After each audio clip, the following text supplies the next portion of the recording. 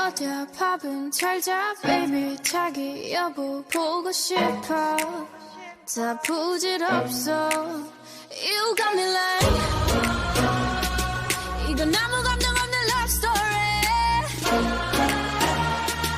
어떤 설렘도 어떤 의미도 내게 미안하지만 I'm not sorry 오늘부터 나 Bitch 나는 solo. Assalamualaikum warahmatullahi wabarakatuh. Saya Dea akan menjelaskan materi yang pertama, yaitu pendekatan stilistika. Pendekatan stilistik sebagai kajian utama. Penelitian dilakukan berpadukan teori linguistik untuk mengetahui maksud puisi.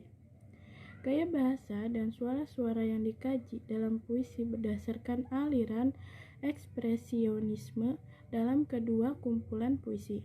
Selain itu, pengaji juga meneliti gaya idiosinkrasi penyair tersebut dalam kesesuaian bahasa serta penyairannya. Pendekatan stilistik digunakan sebagai usaha membuktikan keindahan bahasa yang universal dalam sebuah puisi. Macam pendekatan yang digunakan dalam mengkaji puisi. Yang kedua yaitu pendekatan semiotik. Pendekatan semiotik secara etimologis, semiotik berasal dari bahasa Yunani yaitu semion yang berarti tanda atau sign dalam bahasa Inggris. Menurut Kinayati Jojo Suroto pada tahun 2005, semiotik merupakan ilmu yang mengkaji hal-hal yang berkaitan dengan komunikasi dan ekspresi. Berdasarkan pendapat tersebut, dapat disimpulkan bahwa semiotik adalah ilmu yang mempelajari tentang tanda dalam suatu bidang kajian, atau sistem yang dianggap sebagai sesuatu yang memiliki tanda. Penanda merupakan akibat dari petanda atau hubungan sebab akibat. Contohnya, mendung merupakan tanda hari akan hujan, panah merupakan tanda penunjuk jalan atau arah, asap menandakan adanya api. Menyambung apa yang sudah dijelaskan oleh Saudari Meli sebelumnya, simbol juga bagian dari pertanda atau tanda. Bahasa yang terbentuk secara konvensional yang meliputi hubungan kata dengan artinya. Ada 3 macam simbol dalam hal ini, simbol pribadi. Misalnya, seorang menangis bila dengar sebuah lagu sedih, karena lagu itu telah menjadi lambang pribadi ketika orang yang dicintai meninggal dunia. Simbol pemufakatan, misalnya burung Garuda, Pancasila, bintang sama dengan ketuhanan, padi dan kapas sama dengan keadilan sosial. Lalu simbol universal, misalnya bunga adalah lambang cinta dan laut adalah lambang kehidupan yang dinamis.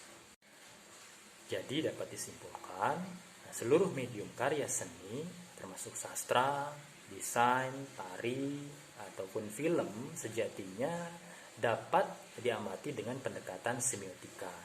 Kenapa? Karena sebagai pisau analisis, semiotika dapat digunakan untuk mengungkapkan tujuan, komunikasi pikiran, perasaan, ataupun ekspresi apa saja yang disampaikan oleh seniman terhadap pemirsa melalui komposisi tanda. Baik, langsung saja saya akan melanjutkan slide selanjutnya. Pendekatan sosiologi. Dasar filosofis dari pendekatan sosiologis adalah adanya hubungan hakiki antara karya sastra dengan masyarakat. Berbeda dengan pendekatan biologi yang semata-mata menganalisis pengarang. Pada pendekatan sosiologi lebih menitik beratkan penganalisisan manusia dalam masyarakat dengan proses pemahaman dari masyarakat ke individu. Dalam pendekatan biologis, karya sastra dianggap sebagai milik pengarang. Sedangkan dalam pendekatan sosiologis, menganggap karya sastra milik masyarakat. Menurut Ratna pada tahun 2008 di halaman 60. Hubungan yang masuk disebabkan oleh 1. Karya sastra dihasilkan oleh pengarang.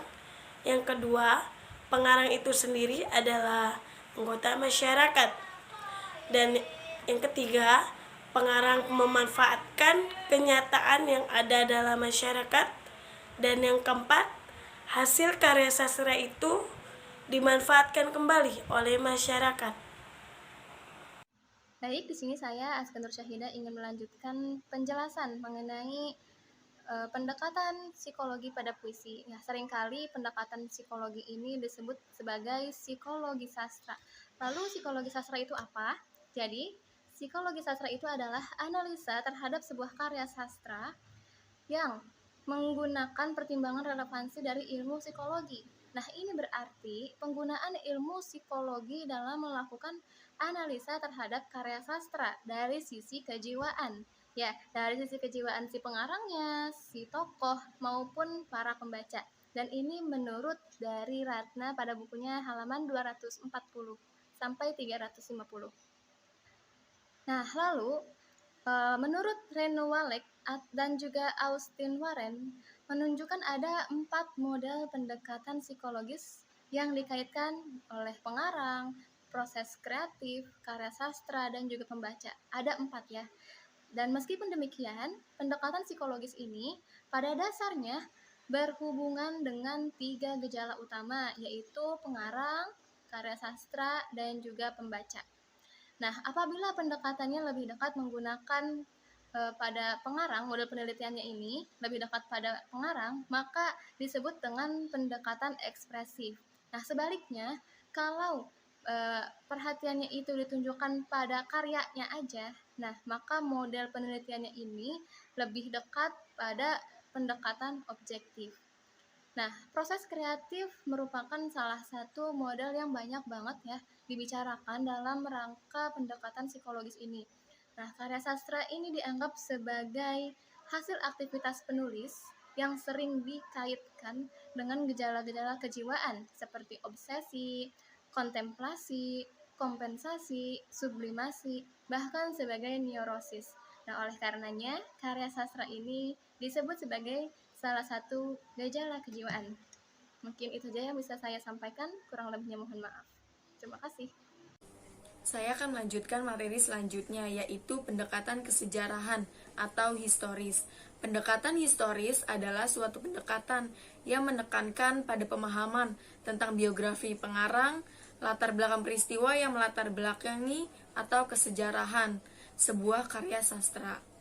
Prinsip dasar yang melatar belakangi lahirnya pendekatan ini adalah anggapan bahwa cipta sastra merupakan bagian dari zamannya. Selain itu, pemahaman terhadap biografi pengarang juga sangat penting dalam upaya memahami kandungan makna dalam suatu cipta sastra. Sekian materi dari kelompok 4. Mohon maaf apabila ada yang salah. Terima kasih. Wassalamualaikum warahmatullahi wabarakatuh.